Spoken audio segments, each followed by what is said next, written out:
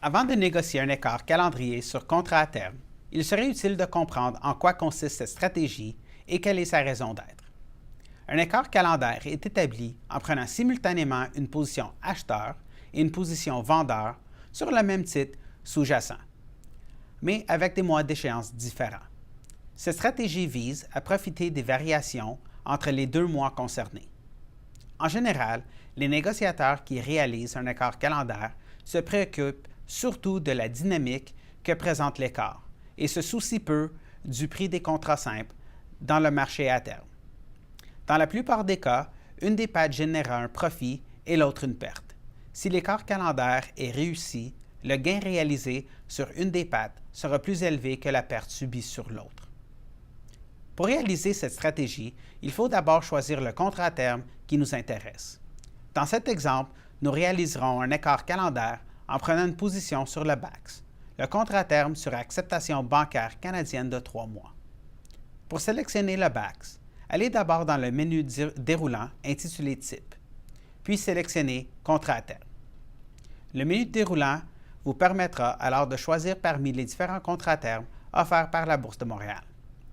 Défilez vers le bas jusqu'à la section intitulée Dérivés sur taux d'intérêt, marché monétaire, puis sélectionnez BAX.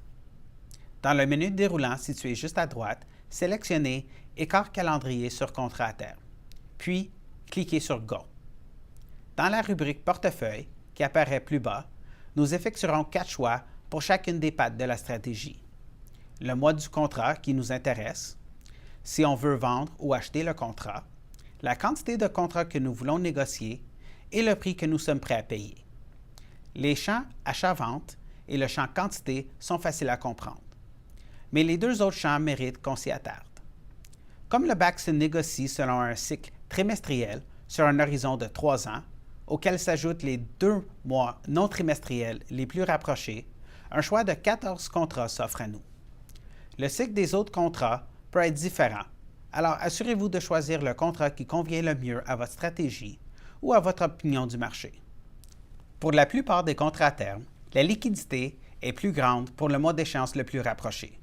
Alors, si vous souhaitez négocier les mois d'échéance plus éloignés du contrat, assurez-vous que le volume est suffisant pour la quantité de contrats que vous souhaitez négocier.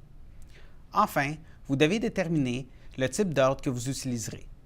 Un ordre au marché qui sera exécuté au cours actuel ou un ordre à cours limité qui sera exécuté uniquement à un prix égal ou plus avantageux que celui que vous indiquerez. Si vous avez choisi un ordre au marché, vous n'avez rien d'autre à faire. Votre ordre sera exécuté au cours du marché. Dans le cas d'un ordre à cours limité, vous devez indiquer le prix que vous êtes prêt à payer dans le champ limite et le délai de validité de votre ordre dans le champ durée. Le champ durée comporte 2 choix, ordre d'un jour et valable jusqu'à révocation. Si vous sélectionnez ordre d'un jour, votre ordre sera valable jusqu'à la fin du jour de bourse, après quoi il sera automatiquement annulé s'il n'a pas été exécuté. Un ordre jusqu'à révocation sera quant à lui valable tant qu'il n'est pas exécuté et que vous ne l'annulez pas. À titre d'exemple, nous prendrons une position sur le contrat BAX en achetant 10 contrats au cours du marché pour l'échéance trimestrielle la plus rapprochée, soit le contrat de septembre 2013, et en vendant 10 contrats au cours du marché pour l'échéance trimestrielle suivante, soit le contrat de décembre 2013. Après avoir saisi les paramètres nécessaires, cliquez sur Aperçu. Dans la fenêtre d'Aperçu, vous avez une dernière chance de modifier votre ordre avant son exécution.